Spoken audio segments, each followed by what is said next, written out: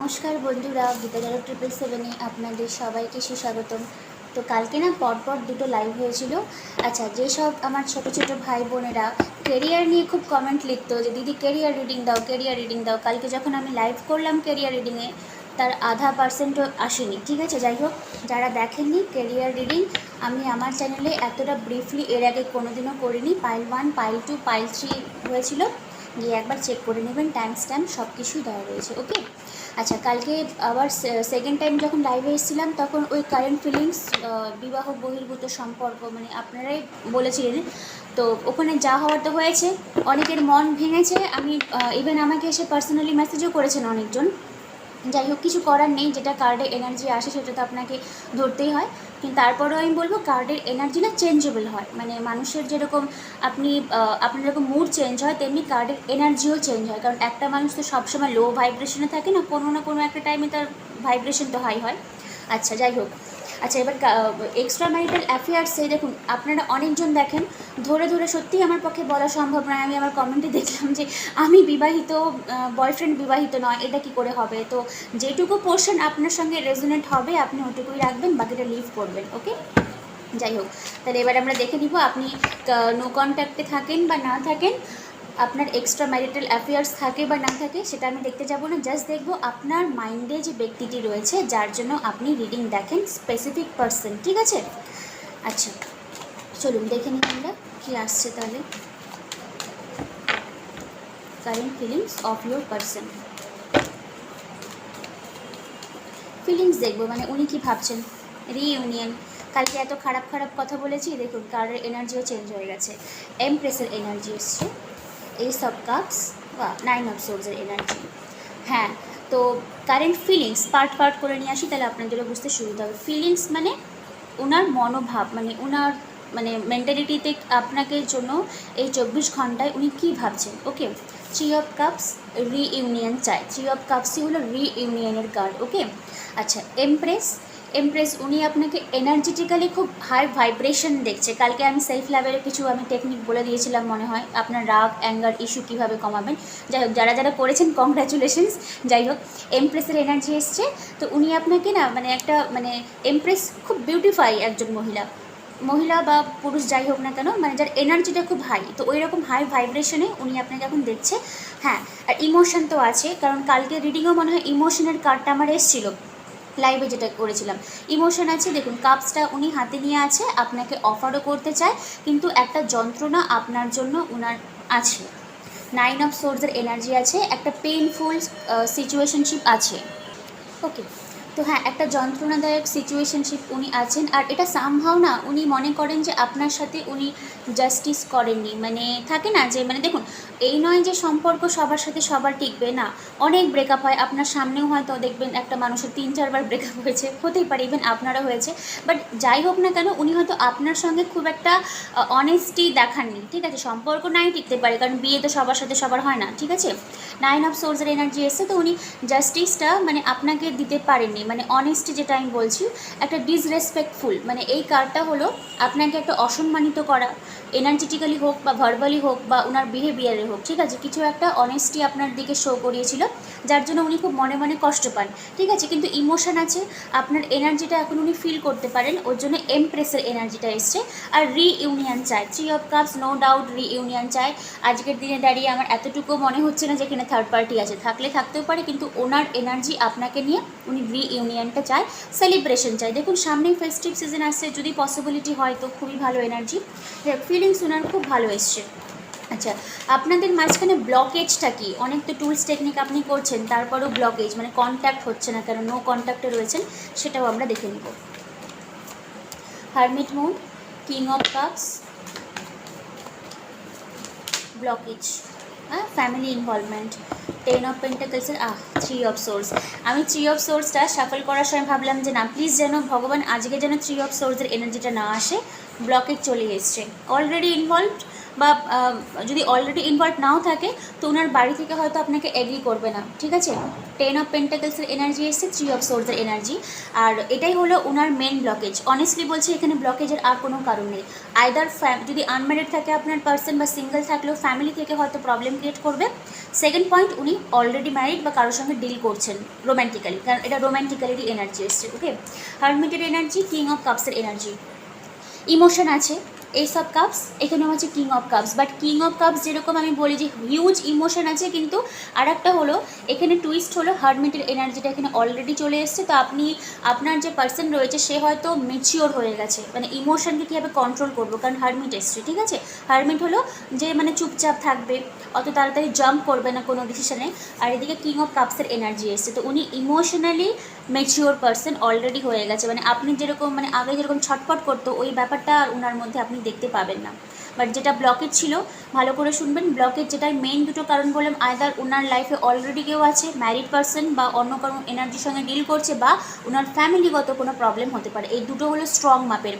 ছোট্ট একটা পোর্শন বলছি, যদি আর একটা ব্লকেজ থাকে, কারণ এখানে 10 অফ পেন্টাকলস একটা গ্রাউন্ডিং, মানে যে সিস্টেমটা আমি মেনটেন করে চলছি ওই সিস্টেমের বাইরে আমি যাব না, ঠিক আছে। আবার এদিকে হারমিট এদিকে বললাম আমি খুব বিজ্ঞ ব্যক্তি, মানে যে নিজের এথনিসিটিকে মানে যে বিলিফ সিস্টেমে আমি থাকি, হিন্দু মানে আর আদার যে কাস্ট রয়েছে তার মানে সেই বিলিফ সিস্টেমকে আমি খুব বিলিভ করব। তো মেবি কাস্ট আর রিলিজিয়াস একটা প্রবলেম আসতে পারে, এরকম একটা পোর্শন আছে। এই তিনটে পোর্শন বললাম, বাট ওই রিলিজিয়াস ফ্যাক্টরটা খুব স্মল পোর্শন আমি বলছি, যদি হয়তো ম্যাচ হয়তো খুব ভালো। বাট দেখুন 3 অফ সোর্স যেহেতু এসছে, তো কার্ডের যা ভাইব্রেশন আমার এটুকু আমি শিওর যে এখানে একটা আনাদার পার্সনের ইনভলভমেন্ট আছে। আর যদি না থাকে তো বাড়ি থেকে হয়তো মানাটা মানে ওনাকে অ্যালাউ হয়তো নাও করতে পারে। এবার বাড়ি থেকে কেন উনি হচ্ছে গিয়ে মানে ওনাকে অ্যালাউ করবে না, এটার জন্য তাহলে অন্য একদিন রিডিং আনতে হবে ব্রিফলি, কারণ আমার তো মানে 10 মিনিটের বেশি তো আমি রিডিং করি না, আর এতটা একটা রিডিংয়ে বলাটাও সম্ভব নয়, কারণ আপনার অনেকজন দেখেন। যাই হোক, ব্লকেজ হলো। এবার এই ব্লকেজটা রিমুভ করতে গেলে আপনার পার্সন কি অ্যাকশনটা নিবে, এটা হলো থার্ড নাম্বার। আপনার পার্সন কি অ্যাকশন নিবে? ডেথ কার্ড, হ্যাংম্যান,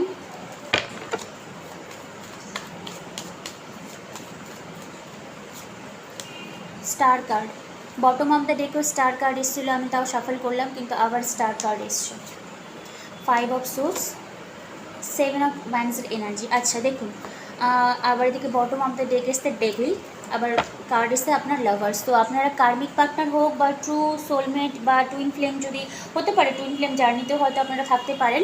তবে না, যদি মনে করেন যে আপনার একটা টুইন ফ্লেম জার্নি, তো প্লিজ ইনার ওয়ার্ক করুন, কারণ এত সহজে আপনাদের মনে হয় না ইউনিয়নটা হবে। কারণ এখানে ডেথ কার্ড এসে, ডেথ মানে সম্পর্ক শেষের ভাইব্রেশন তেমন আমি দেখিনি, এর জন্যই দেখিনি কারণ এখানে স্টার এনার্জি এসছে। সে থাকতেই পারে ওনার লাইফে আনাদার পার্সনের ইনভলভমেন্ট থাকতে পারে, ঠিক আছে। কিন্তু ডেথ একটা ট্রান্সফরমেশনকে বোঝায়। তো মেবি আমি অ্যাকশন নেওয়ার কথা বলছি, তো আবার এখানে 7 অফ ওয়ান্ডসের এনার্জি আর 5 অফ সোর্সের এনার্জি নেওয়ার চান্স থাকলেও না, উনি হচ্ছে গিয়ে একটা নিরুপায়, মানে হোপলেস, হেল্পলেস, মানে কেউ ওনাকে মানে সহযোগিতা যে করবে ওনার কমিউনিটি থেকে, এরকম মানে ভাইব্রেশন উনি পান না কারো কাছ থেকে। ওর জন্যই সম্পর্কটা পুরোপুরি মানে এক জায়গায় মানে না এগোচ্ছে না চলে যাচ্ছে, মাঝখানে এসে মানে স্টাক হয়ে গেছে। মানে একটা জায়গায় যেরকম জল যেরকম বদ্ধ হয়ে থাকে, ওরকম আবদ্ধ একটা জলাশয়ের মতন আটকে গেছে, না রিমুভ হচ্ছে না নতুন কোনো কিছু আসতে পারছে, এরকম একটা এনার্জেটিক্যালি ব্লক হয়ে আছে, ঠিক আছে। অ্যাকশন উনি চাইলেই নিতে পারে, কারণ এটা আমি সবসময় বলি মেন্টাল কনফ্লিক্ট, ঠিক আছে। মানে উনি চাইলেই করতে পারেন, কারণ দেখুন 7 অফ ওয়ান্ডস চারিদিকে মানে বাধা রয়েছে, কিন্তু উনার হাতেও কিন্তু একটা লাঠি আছে, উনি চাইলেই কিন্তু অ্যাকশনটা নিতে পারে আপনার দিকে।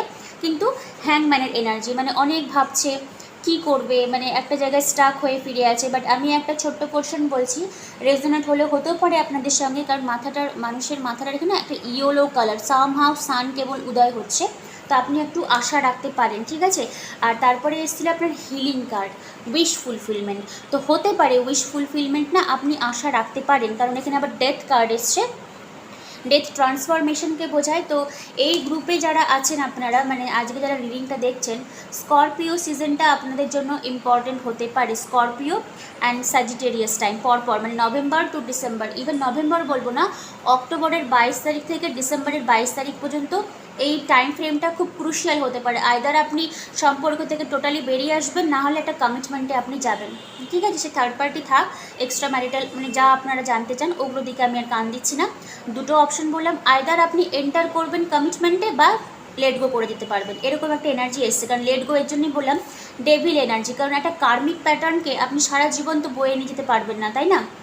আচ্ছা, আর আমি এর জন্যই বললাম যে আইদার আপনি এন্টার করতে পারেন, কারণ লাভার্সের এনার্জি। এবার ধরুন এটাই যদি আপনার মানে টুইন ফ্লেম হয়ে থাকে, বা এটা যদি আপনার ডিভাইন কাউন্টার পার্ট হয়ে থাকে, লং টার্ম যদি পার্টনারশিপ থাকে, তাহলে তো আপনাকে এন্টার করতে হবে রিলেশনশিপের জন্য। দুটো আমি অপশন দিলাম, আপনারা আপনাদের এনার্জি মতন ফিট করিয়ে নেবেন, ঠিক আছে? বাট স্টার যেহেতু এনার্জি এসছে, তো আপনি নিজেকে হিল করুন, একটা উইশ ফুলফিলমেন্ট আসতে পারে। লং টার্ম যদি নাও যায়, তো ওই টাইম ফ্রেমটা আপনাদের লাইফে খুব ক্রুশিয়াল হতে পারে। যারা নো কন্ট্যাক্টে রয়েছেন, হয়তো মেবি কমিউনিকেশনটাও আপনি লাভ করতে পারেন, ঠিক আছে? দেখুন, মানে কালকের যা রিডিং এসেছিলো, যারা এখনও দেখেননি গিয়ে দেখতে পারেন। লাইভে যেটা আমি বলেছিলাম অলমোস্ট কিন্তু একই এনার্জি এসছে, খুব একটা কিন্তু উল্টোপাল্টা আসেনি। বরং কালকে আমি আরও ব্রিফলি বলেছিলাম যে অ্যাটলিস্ট যারা সিঙ্গেল ভাই বোন বা দাদা দিদিরা দেখছেন, আপনারা বেরিয়ে আসুন। আর তেমনি আমি এখানে দুটো পসিবিলিটি বললাম আপনার এই এক্সট্রা ম্যারিটাল অ্যাফেয়ার্সের নিয়ে। আপনারা যারা ইন্টারেস্টেড ছিলেন, আইদার আপনি টোটালি এন্টার করবেন বা আপনার লাইফ থেকে উনি চিরকালের মতন বেরিয়ে যাবে, ঠিক আছে? এটা হলো সত্যি কথা। খারাপ লাগলেও আপনাকে শুনতে হবে। আমার মনে হয় না যদি আপনি ওখান থেকে বেরিয়ে আসেন তাহলে আপনার খুব একটা মানে কষ্ট হবে। যদি বেরিয়ে আসতে পারেন, পেজ অফ ওয়ান্সের একটা এনার্জি এসছে, ঠিক আছে? একটা প্যাশনেটলি নতুন এনার্জি আপনার লাইফে এন্টার হবে, বা আপনি হাইলি খুব ডেসপারেট হয়ে যাবেন নিজের সেলফের জন্য। ওকে, যাই হোক, হিলিংয়ের যেহেতু কার্ড এসছে, তো আমি তাও বলছি হোপ একদম ছাড়বেন না। লাস্ট যে কমিউনিকেশনটা ওই টাইমটার মধ্যে, অক্টোবরের 22 অক্টোবর থেকে আপনার জানুয়ারি ডিসেম্বর, মানে স্করপিও আর স্যাজিটেরিয়াস, বৃশ্চিক রাশি আর ধনু রাশির এই দুটো টাইম ফ্রেম ক্রুশিয়াল হতে পারে আপনাদের লাইফে রিগার্ডিং এই সম্পর্ক নিয়ে, ঠিক আছে? এবার জেনারেলি আমি না থার্ড পার্টি রিডিং বা এক্সট্রা ম্যারিটাল অ্যাফেয়ার্স এগুলো আমি রিড করতে চাই না, আপনাদের রিকোয়েস্টেই আমি এনেছিলাম। পরপর 3 দিনই আমি থার্ড পার্টি রিডিং করে দিয়েছি। আর এরপরে যেদিন আমার মনে হবে এনার্জেটিক্যালি, সেদিনই আমি নিয়ে আসবো, ঠিক আছে? আমাকে আর বলবেন না যে বুনু কালকেই দাও, এরকম রিকোয়েস্ট করবে না, কারণ আমি যদি যেটা ফিল না করি সেটা আমার কাছে আসে না। ওকে, আচ্ছা ঠিক আছে। এবার আমি এঞ্জেলের কাছ থেকে একটা গাইডলাইন তুলে দিই। এঞ্জেল আপনাকে কি বলছে, এটা আপনার জন্য হবে। এখানে আমি লাভ লাইফের জন্য এঞ্জেলিক গাইডেন্স নিচ্ছি না, বরং স্যারেন্ডার থেকে কিছু একটা তুলে দিব আপনাকে।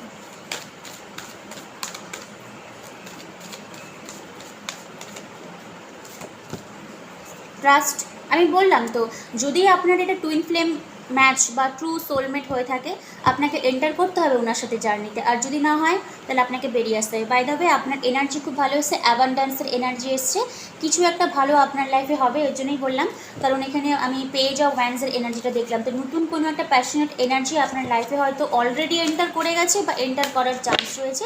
আর যদি মেয়ে বন্ধু হন আপনি, তো হয়তো আপনার থেকে এজে একটু ছোটও হতে পারে। ওকে, আচ্ছা, ওকে, যাই হোক, আমি আর একটা ভালো আউটকাম দিচ্ছি।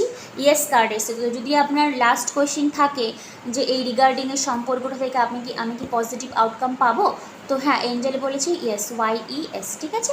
তো যাই হোক, আমি যেটুকু আপনাকে বলেও দিলাম যে আপনি লং টার্ম যান বা না যান, ওই যে একটা অ্যাটাচমেন্ট থাকে না আপনাদের সাথে, যে একটু কি কমিউনিকেশন হবে না, একটু কি ভদ্রতা পাবো না, মানে ওই জিনিসটা, ওটা হয়তো আপনি আলটিমেট পেতে পারেন, কারণ এঞ্জেল আপনাকে ইয়েস এনার্জিটা দিয়েছে। আচ্ছা, আর এবার আমি দেখব, সরি,